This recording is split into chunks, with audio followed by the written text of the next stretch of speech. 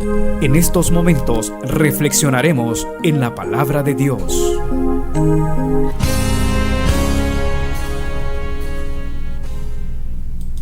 Gracias por su fiel sintonía. Vamos a hacer una oración. Dejemos que sea Dios el que hable a cada uno de nuestros corazones en el estudio del Evangelio según San Juan. Oremos entonces. Digámosle: Padre nuestro que estás en los cielos, gracias te damos, Dios mío, porque tú eres misericordioso, compasivo. Gracias, tú eres lleno de bondad. Ahora permítenos, Dios mío, ser de bendición a través de este estudio de tu palabra, de este consejo que tú quieres dejarnos. Gracias te damos porque sabemos que tu vara y tu cayado infunden aliento en nuestras vidas y que tú aderezas mesa en presencia de nuestros angustiadores. Llénanos de tu gracia y tu misericordia y danos el alimento espiritual que tú tienes para cada uno de nosotros. Gracias, bendito Rey, a ti sea toda la gloria hoy y siempre. Gracias, Cristo Jesús. Amén, Señor, y amén. Continuamos desarrollando este estudio del Evangelio según San Juan. Hemos dado ya cobertura a algunos específicamente versículos de este capítulo número 12, donde hemos encontrado diferentes análisis que tienen que ver con ya el momento de la crucifixión de Jesús. Precisamente bajo esa óptica, bajo esa perspectiva, lo que está produciendo el que Jesús resucitara a un hombre, a su amigo llamado Lázaro, de ahí se desprende una serie de enseñanzas muy puntuales a la hora de cuál fue la reacción de las personas que tomaron cuando Jesús precisamente resucitó a su amigo. Hubieron diferentes reacciones, las cuales ya las analizamos. También las autoridades reaccionaron y no fue precisamente una reacción que quizás, voy a decirlo, algunas personas esperaban. Lo importante es que a raíz de ese milagro, muchas personas, como bien dice el Evangelio, muchas personas creyeron en él. Interesante. Este día quisiera hablar bajo el tema frente a la cruz. Ese sería el tema, frente a la cruz. Dice la palabra del Señor, Evangelio según San Juan, capítulo 12, versículo número 27. Ahora está turbada mi alma. ¿Y qué diré?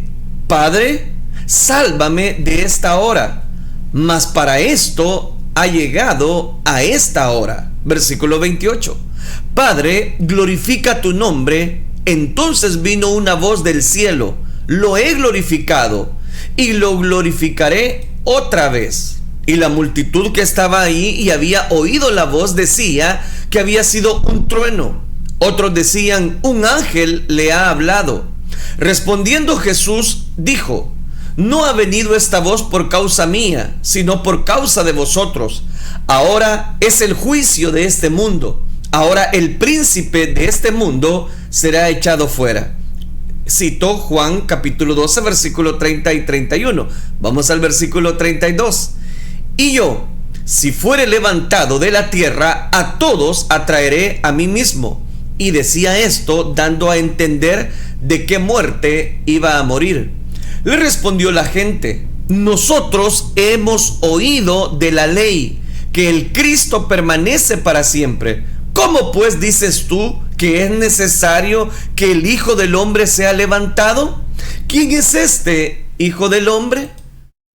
Hasta ahí dejamos la lectura. Si nos queda tiempo, seguimos avanzando. De todas las verdades, le ruego me preste su atención bajo el tema frente a la cruz. De todas las verdades de la fe cristiana, la muerte de Jesucristo junto con su resurrección es la más preciosa. Si Él no hubiera muerto, no habría sustituto por el pecado. Si no hubiera sustituto, no habría oferta de salvación. Si no hubiera salvación, no habría esperanza para la humanidad. Y si no hubiera esperanza, el único futuro para nuestras vidas sería la condenación. Entonces, note, no sorprende que la fe cristiana se centre en la muerte, en la sepultura y en la resurrección del Señor Jesucristo. La verdad gloriosa de que el Hijo de Dios vino a la tierra para morir en sacrificio por el pecado es el eje del plan redentor de Dios. Es más, La Biblia enseña que su muerte estaba predeterminada por Dios en el pasado eterno. Cristo, bien dice Apocalipsis capítulo 13, versículo 8. Cristo es el Cordero que fue inmolado desde el principio del mundo. Su muerte en sacrificio se predestinó desde antes de la fundación del mundo, desde el comienzo hasta el final. Escuche esto. Desde el comienzo hasta el final, las Escrituras hacen hincapié en la importancia crucial del sacrificio de Cristo, desde el inicio hasta el final. Hablan acerca del sacrificio de Cristo. ¿En qué? En ofrenda por los pecados de todos los que una vez creerían. Una ofrenda sustitutiva que va a satisfacer, o si usted me lo permite, a aplacar la ira de Dios a favor de todos los elegidos. Y bajo esa circunstancia, quisiera en primer lugar mostrarle algunos argumentos acerca de esto que desde el principio hasta el final es crucial: la muerte, resurrección de nuestro Señor Jesucristo. ¿Por qué digo esto? Por lo que el Señor acaba de mencionar en estos versículos que acabamos de citar de Juan capítulo número 12, versículo 27 al 34. Quiero presentarle algunos argumentos de esto que estoy mencionando, que el mensaje de la cruz es importante para nuestra vida. En primer lugar, ¿por qué? Porque su muerte se cumplió precisamente la profecía. Todo lo que anunciaban los profetas está dando cobertura precisamente a esa bendición, o dio su cumplimiento. Aunque Israel no lo entendió, el Antiguo Testamento enseñaba claramente que el Mesías vendría a morir. De acuerdo con la profecía de las 70 semanas de Daniel, después de 79 semanas, 7 semanas y 2 se quitaría la vida del Mesías. Según, oiga esto, Daniel capítulo 9, versículo 25 al 26. También Zacarías dijo unas palabras muy desafiantes: y derramaré sobre la casa de David y sobre los moradores, oiga qué interesante, de Jerusalén, espíritu de gracia y de oración. Mirarán a mí, a quien traspasaron, y llorarán como se llora por un hijo unigénito, afligiéndose por él como quien se aflige por el primogénito. Vea, en primer lugar, analicemos, la muerte se cumplió con la profecía que las Escrituras anunciaban. Como resultado de la muerte del Mesías, habrá un manantial abierto, precisamente, lo dice Zacarías capítulo 13, versículo 1. Pero note, la profecía más detallada del Antiguo Testamento sobre la muerte del Mesías está en Isaías, capítulo 52 y capítulo 53. ¿A qué me refiero? Ahí se predice que el Mesías herido fue por nuestras, oiga esto, por nuestras rebeliones. Herido fue por nuestras rebeliones y molido por nuestros pecados. Aquí le cito Isaías capítulo 53, versículo 5. Que por cárcel y por juicio fue quitado, cortado de la tierra de los vivientes, que se dispuso con los impíos su sepultura, mas con los ricos fue en su muerte, que el Señor quiso quebrantarlo y hacerlo sufrir, y que ofreció su vida en expiación, y que Dios lo bendeciría porque derramó su vida hasta la muerte, y muerte de cruz. Note qué interesante. Le he citado algunos versículos solo correspondiendo al primer argumento que quiero dejarle acerca de la muerte de cruz. Primero, fue muerte porque se cumple la profecía. Zacarías dio la cantidad de dinero exacta que recibiría el traidor, según Mateo capítulo 26, versículo 15, y Zacarías capítulo 11, versículo 12. Isaías predijo el abuso físico que sufriría Cristo en su juicio. El Salmo 22, que es un salmo mesiánico, describió gráficamente la muerte de Cristo por la crucifixión, una forma de ejecución ajena a los judíos. Porque si usted recuerda, en Mateo, versión NBI, capítulo 27, pero yo gusano soy y no hombre, La gente se burla de mí, el pueblo me desprecia, cuantos me ven se ríen de mí, lanzan insultos, meneando la cabeza. Confía en el Señor, pues que el Señor lo ponga a salvo, ya que Él se deleita, que sea el quien lo libre. Estoy leyendo la versión NBI. Pero note qué interesante. Todas las profecías, tarde o temprano, llegaban, voy a decirlo, bajo una cobertura, bajo una línea de cumplimiento profético. El Salmo 69, versículo 21, predecía otro detalle de la crucifixión de Cristo. Me pusieron además hiel por comida, y en mi sed me dieron a beber vinagre. Léalo, ahí está, Salmo capítulo 69. Iban a pasar muchos años. El Salmo 31 dio las palabras que Cristo habló cuando entregó su vida. En tu mano encomiendo mi espíritu. Lucas capítulo 23, versículo 46. Se cumplen esas palabras del Salmo capítulo 31.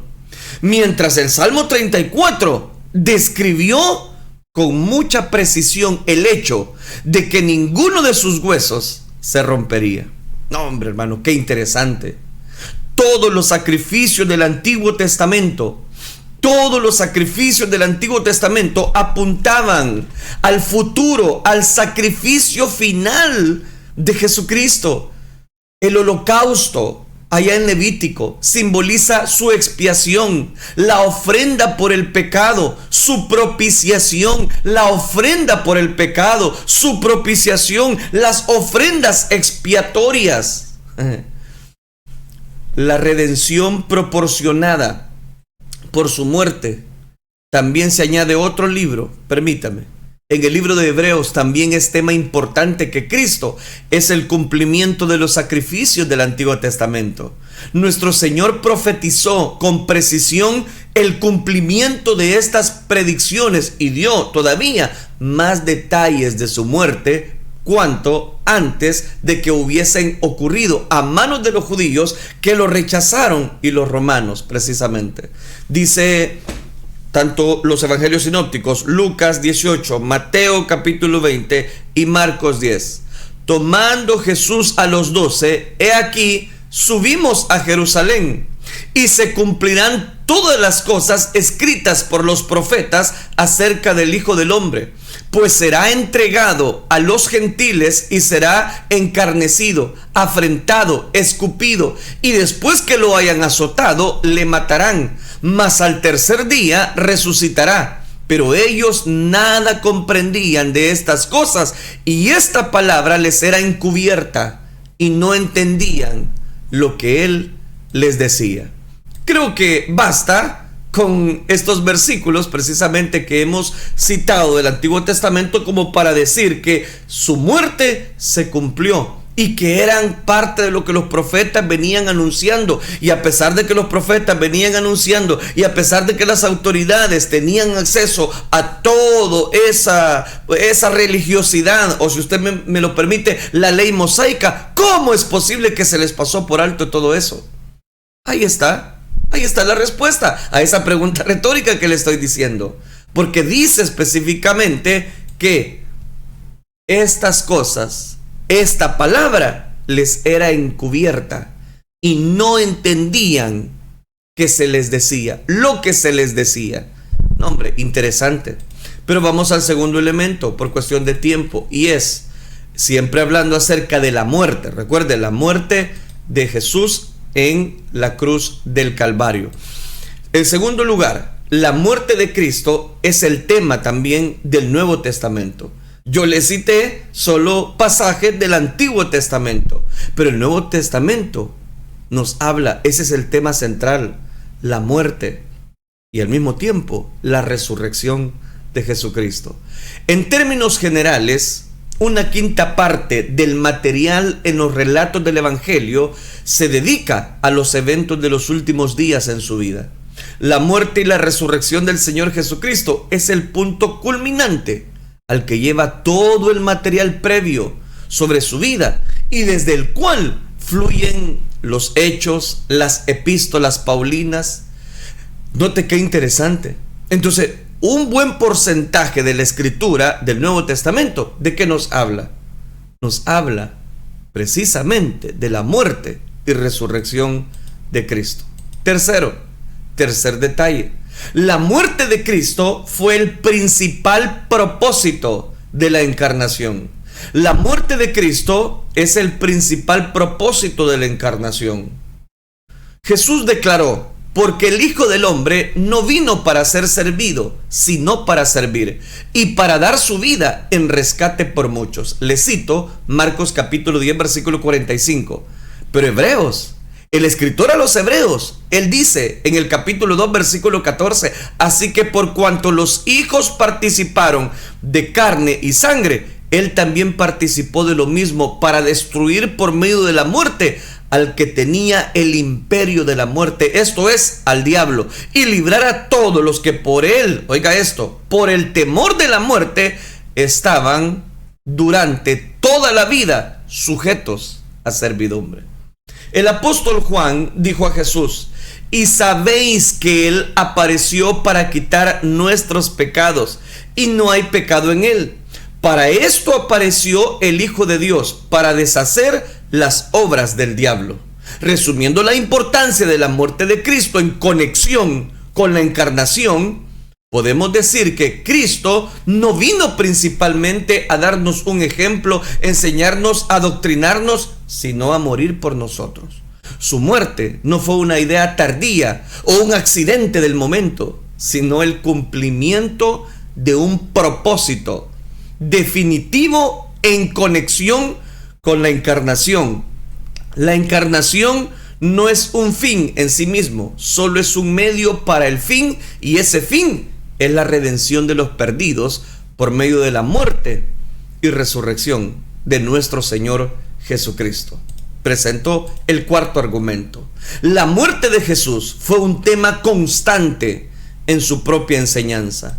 Él mismo enseñó esta temática inmediatamente después de la confesión de Pedro de que él era el Cristo, el Hijo del Dios viviente. En Mateo capítulo 16, versículo 16, Jesús comenzó a hablarle a sus discípulos que le era necesario ir a Jerusalén y padecer mucho de los ancianos, de los principales sacerdotes y de los escribas. Note qué interesante. Y los escribas, y ser muerto, dijo, y resucitar al tercer día. Él lo ha declarado. Jesús declaró también a Nicodemo, aquel que había venido de noche: como Moisés levantó la serpiente en el desierto, así es necesario que el Hijo del Hombre sea levantado. Juan capítulo 6, versículo 51, que ya estudiamos: el pan que yo daré es mi carne, la cual yo daré por la vida del mundo. Después de haber resucitado, Jesús reprendió a dos discípulos suyos por no entender la necesidad de su muerte, y él les dijo unas palabras muy fuertes: oh insensatos y tardos de corazón para creer todo lo que los profetas han dicho. ¿No era necesario que el Cristo padeciera estas cosas? ¿No era necesario que entrara en su gloria? Lucas capítulo 24. Poco después recordó a los 11 apóstoles esto: así está escrito, así fue necesario que el Cristo padeciese y resucitase de los muertos al tercer día. Note qué interesante.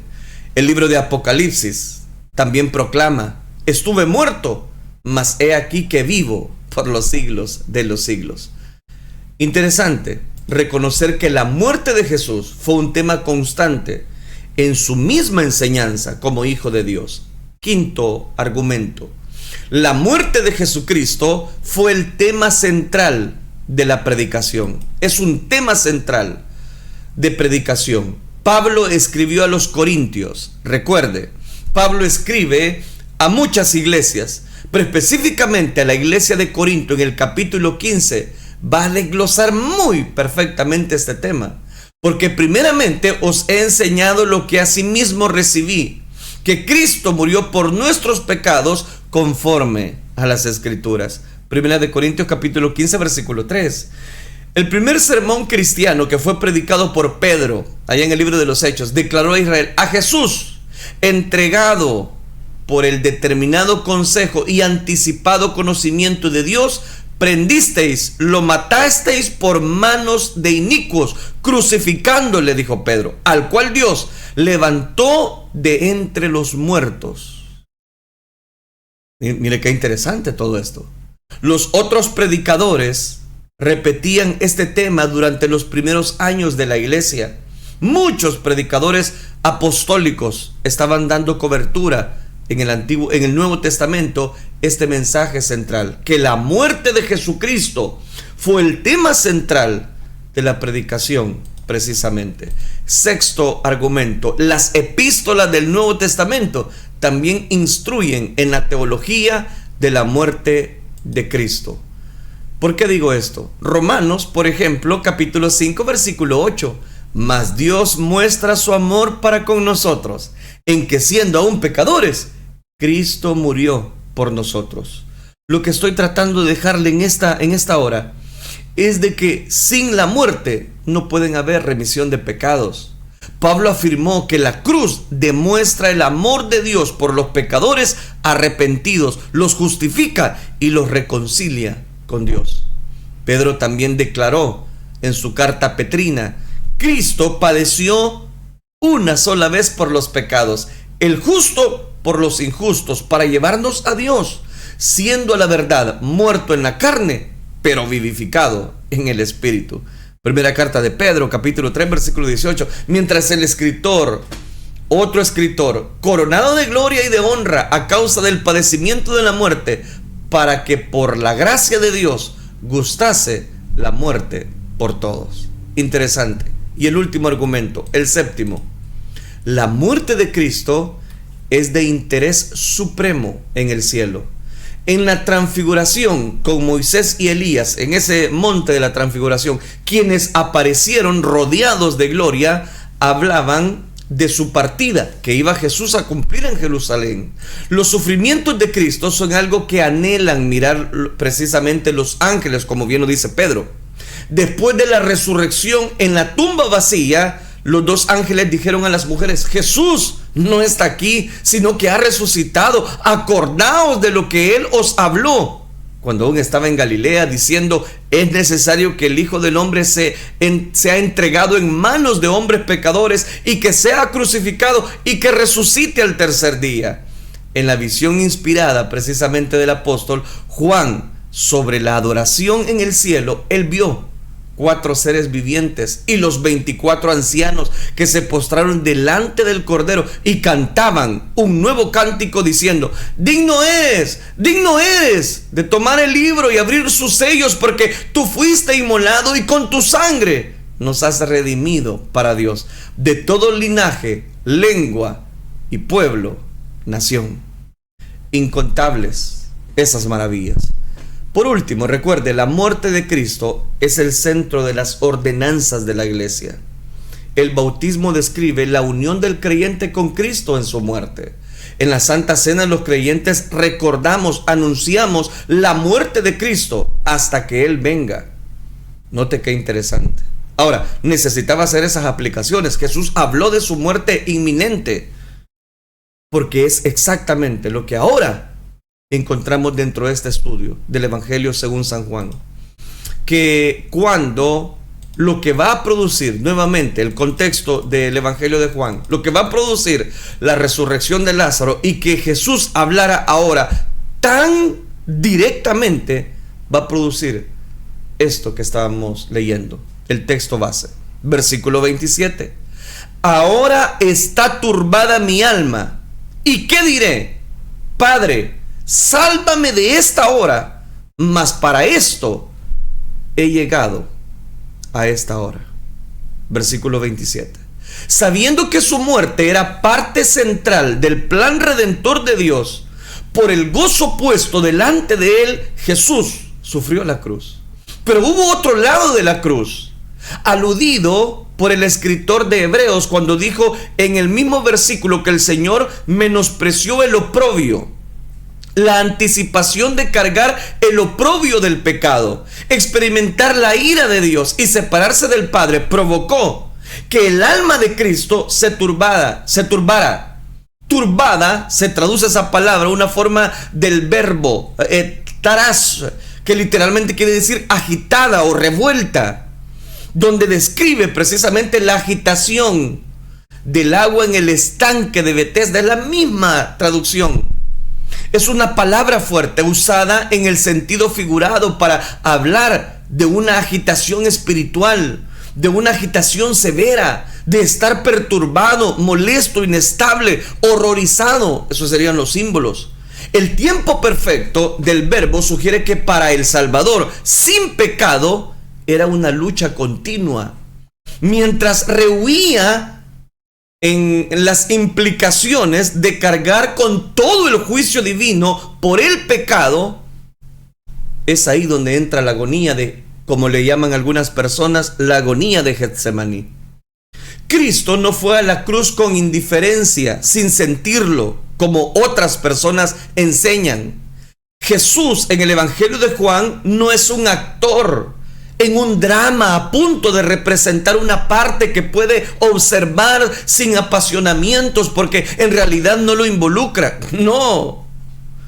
Por causa de ese dolor, ofreció ruegos, súplicas con gran clamor y lágrimas del que le podía librar de la muerte. Fue oído a causa de su temor reverente. Algunos no relacionan las frases. ¿Y qué diré? Padre, sálvame de esta hora. Lo que está diciendo específicamente el versículo número 27. ¿Y qué diré? Padre, sálvame de esta hora. Mas para esto he llegado a esta hora. Note qué interesante. Haciendo de la primera una interrogación y de la segunda una petición al Padre. Sin embargo, parece adoptar la puntuación de estas dos frases como expresiones de un pensamiento. Aquí, como en Getsemaní, Jesús agonizaba por la muerte vergonzosa, cruel e injusta que le esperaba. El Señor entregó su vida voluntariamente, y tengo que aclararle, según lo declara el Evangelio de Juan, que ya precisamente dimos cobertura a esos versículos, pero quiero recordárselos. En Juan capítulo 10, versículo 17. Por eso me ama el Padre, porque yo pongo la vida por mí mismo. Tengo poder para darla, pero tengo poder para volverla a tomar. Cuando reprendió a Pedro por atacar a quienes lo arrestaron, Jesús dijo: ¿acaso piensas que no puedo ahora mismo orar a mi Padre y que Él no me daría más de 12 legiones de ángeles? Eso está en Mateo capítulo 26, versículo 53. ¿Acaso el Hijo de Dios no podía orar al Padre para decir: Padre, ayúdame en esta agonía? Claro, lo podía hacer y mandar ángeles, ¿verdad? En otras palabras, Jesús no fue una víctima. Podía haber llamado al Padre para rescatarlo en cualquier momento, pero Cristo nos desvió precisamente el plan eterno de Dios para redención, en el cual se le llamaba a morir en sacrificio por el pecado precisamente de la humanidad. Por lo tanto, inmediatamente respondió a su pregunta hipotética de manera negativa: mas para esto he llegado a esta hora. En vista de la alegría eterna, Jesús iba a completar la misión asignada por el Padre. No la iba a dejar a medias. Resuelto en cumplirlo, Jesús oró: Padre, viene una oración muy pequeña, pero está ahí, versículo 28. Padre, glorifica tu nombre. En esencia, la misma oración que haría en Getsemaní: no se haga mi voluntad, sino la tuya. La repetición de nuestro Señor indica que tal cual lo había hecho durante toda su vida, en su muerte también glorificaría el nombre del Padre. Dios recibe gloria cuando se manifiestan sus atributos, y en ninguna parte se ve más claramente su amor, voy a decirlo en su máxima expresión, por los pecadores impotentes, su ira contra el pecado, su justicia perfecta, su gracia redentora, su misericordia perdonadora o su sabiduría infinita, que en la muerte da una propiciación precisamente. Dice el versículo 28, entonces vino una voz del cielo. Mire, la oración fue pequeña: Padre, glorifica tu nombre. Eso fue todo. Viene la respuesta: Vino una voz del cielo: lo he glorificado y lo glorificaré otra vez. Y la multitud que estaba ahí y había oído la voz decía que había sido un trueno. Otros decían: un ángel le ha hablado. Mire qué interesante. Un ángel le ha hablado. Otros decían: una multitud, los que estaban ahí, habían oído la voz y decía: es un trueno. Otros decían: no, es un ángel el que le está hablando. Por tercera vez, durante el ministerio terrenal de Cristo, la voz del Padre vino audiblemente desde el cielo. Por tercera vez. En otras ocasiones, recuerdes, rapidito, el bautismo de Jesús: este es mi Hijo amado en quien tengo contentamiento. 2. La transfiguración en Mateo 17:5. La voz del Padre afirmó estar complacido con su Hijo. Ahora, cuando la cruz se acercaba, el Padre nuevamente está autenticando a su Hijo, y así dio seguridad a los discípulos de que la muerte inminente de Cristo no significaba de modo alguno que Él lo desaprobara o que era parte solo de Él. No, al contrario, como ya había glorificado su nombre por medio de la vida y ministerio de su Hijo Jesucristo, lo glorificaría otra vez por medio de su muerte. El sacrificio de Cristo en la cruz y su resurrección no solo marcarían la culminación exitosa de la misión encomendada por el Padre. El Hijo del Hombre vino a buscar y a salvar lo que se había perdido y para dar su vida en rescate por muchos, sino su regreso a la gloria completa en la presencia del Padre. Fue este último lo que Jesús oró en su oración sacerdotal, y lo vamos a estudiar, pero déjeme adelantarme unos versículos. Padre, la hora ha llegado, glorifica a tu Hijo, para que también tu Hijo te glorifique a ti, como le has dado potestad sobre toda carne, para que dé vida eterna a todos los que le diste, y esta es la vida eterna, que te conozcan a ti, el único y Dios verdadero, y a Jesucristo, a quien has enviado. Yo te he glorificado en la tierra, he acabado la obra que me diste que hiciese. Ahora pues, Padre, glorifícame tú al lado tuyo con aquella gloria que tuve contigo antes que el mundo fuese. La voz audible del Padre, confirmando que había oído, que da respuesta a la oración de Jesús, fue obvia para todos, aunque la multitud desconcertada que estaba ahí y había oído la voz no pudo entender su importancia real. Algunos buscaron precisamente entender aquella voz poderosa como un fenómeno natural. Decían, había sido un trueno. Otros decían, un ángel le ha hablado. En el Antiguo Testamento solía asociarse el trueno con la voz de Dios, y hay pasajes que corroboran lo que le estoy diciendo, como el de Job 37, el mismo libro de los Salmos, capítulo 18. Aunque no entendieron las palabras, al menos reconocieron una voz en el sonido. Un ángel había hablado a Jesús, especulaban otros. Las dos teorías eran incorrectas. El sonido no era ni de un trueno ni de un ángel. Como quienes acompañaban a Pablo en el camino a Damasco, la multitud oyó el sonido de la voz, pero no atendió el significado de las palabras. La incapacidad, y quiero cerrar con esto, la incapacidad de la multitud para entender la voz de Dios ilustra la dureza del corazón típica de las personas, quienes tampoco habían oído la voz de la palabra de Dios, la de su Hijo. El asunto no es que Dios no hable, sino que los pecadores caídos son sordos. Esta realidad es el resultado de la caída en el pecado y del juicio soberano de Dios. Por esto, viendo no ven, y oyendo no oyen ni entienden. Los incrédulos precisamente están muertos, y la Biblia dice que todos estamos muertos en delitos y pecados, y que no hay justo ni aun uno. No están capacitados para entender, como Pablo escribió a los Corintios. El hombre natural no percibe las cosas que son del Espíritu de Dios, porque para él son locura, y no las puede entender, porque se ha de discernir espiritualmente, dice en su primera a los Corintios, capítulo 2, versículo 14. La voz celestial de Jesús a la multitud no vino por causa de él, sino por causa de ellos.